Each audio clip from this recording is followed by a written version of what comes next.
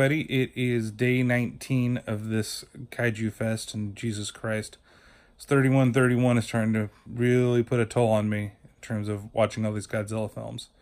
I think I said that yesterday too, which is ridiculous, but today we're talking about, of course, Godzilla versus King Ghidorah from 1991. Now, I believe, I can never say his name right, this is the first time that Ikufune is doing a brand new score since the Terror of Mechagodzilla. So you get some new Godzilla music, which is great. And you get a decent story. I thought it was Reporters first, but no, it's a sci-fi writer instead. So kind of similar to Reporters. That is finding out information about this group of people that survived World War II by a dinosaur saving them on an island.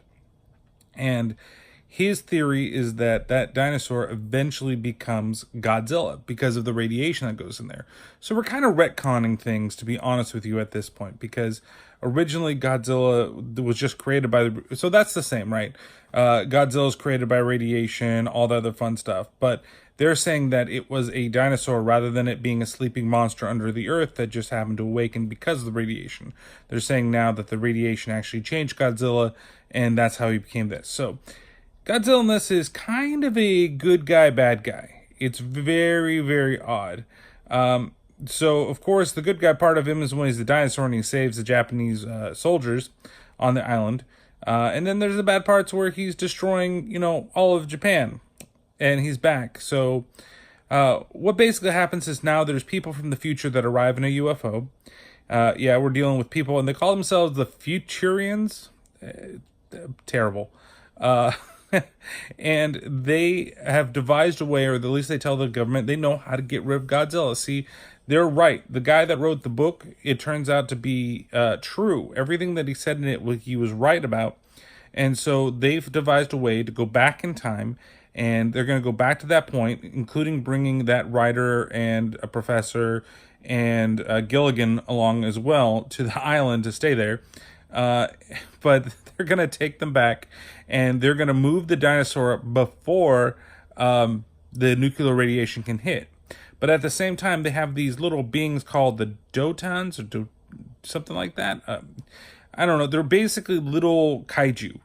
And they're going to throw them on the island so they can get the radiation, and they become King Ghidorah. Hey, look, we got a reason to have them in there. And they're like... It's so not subtle, like, what happens with the whole thing, too, because it's like, they're on the boat. Oh, yeah, they're just pets. They're pets in the future. It's great. Yet they all look like mini Ghidorahs with just one head instead of three. And then when it finally, after they move the dinosaur and they're about to leave, then it's like, hey, where'd they go? Why is that cage over there empty? And they're like, time to go. And they just fucking warp back. And then King Ghidorah has appeared, and he is terrorizing everything around there. So that is, he's going crazy. They can't stop him. So now they have a different threat. They don't have Godzilla anymore, and King Ghidorah was made from that explosion. So their big idea is to resurrect Godzilla. See, now that dinosaur's in the ocean, supposedly still alive, and they have a nuclear submarine that they bring over to where Godzilla is, and they bring Godzilla back to life. And so Godzilla and King Ghidorah then fight. And that's probably one of the good things. It's not terribly slow, and I'm actually interested in looking at the making of that's at the end of this video that I have. But it's just kind of a silly story to get to the awesome kaiju battles. And man, is it like nuts. So Godzilla does come in. Godzilla does tear shit up. And he actually rips off, well, he doesn't rip off, he blasts off one of the heads of Ghidorah. And he also blasts right through one of his wings as well. It's very fun to watch. I probably like those parts the most. But he does basically throw Ghidorah into the ocean. And then all of a sudden they're like, oh shit. And I realize, oh, there's a half an hour of this fucking movie left. What the hell? And then you just fucking kill Ghidorah, or at least beat him to a senseless pulp. So, because the Futurians wanted to use Ghidorah to basically destroy Japan. See, okay, and I gotta go backtrack a little bit.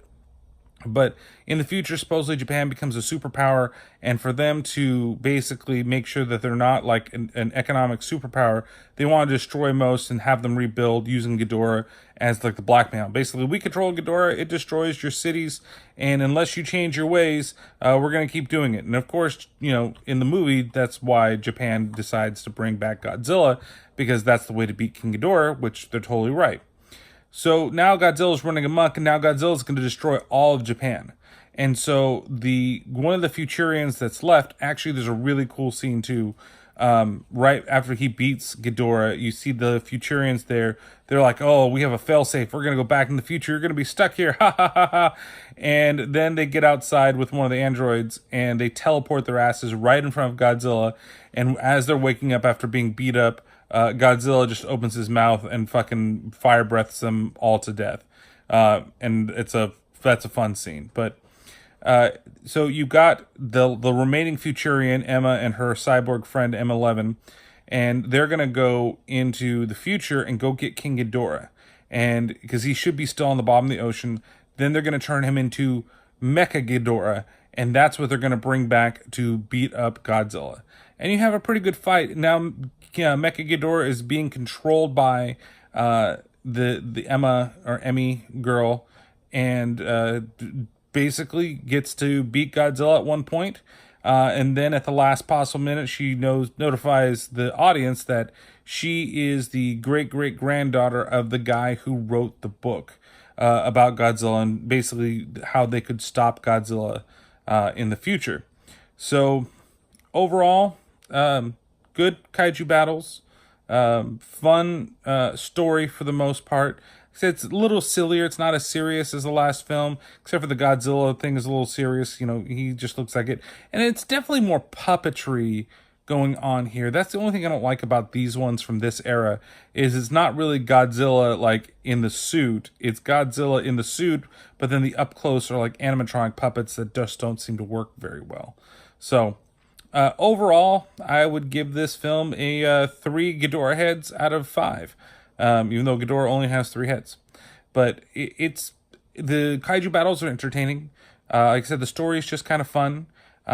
It stays relatively fast paced, except for a little bit of lull in the middle of the movie. But it's definitely worth a watch if you've never seen it before. And this being my first time seeing it, I thought it was much more enjoyable than Biollante, which I felt just fell short quite a bit. And this is kind of more of a return to form. So we'll join you tomorrow, which will be, Jesus Christ, day 20. And we're now going for 2 Godzillas, I believe. I believe that's the one for tomorrow. Anyway, don't forget to check out the podcast. New episodes will be released this weekend with the Back in Time podcast. And then we'll have ones next week with Paranormal Activity. So see you then. Bye.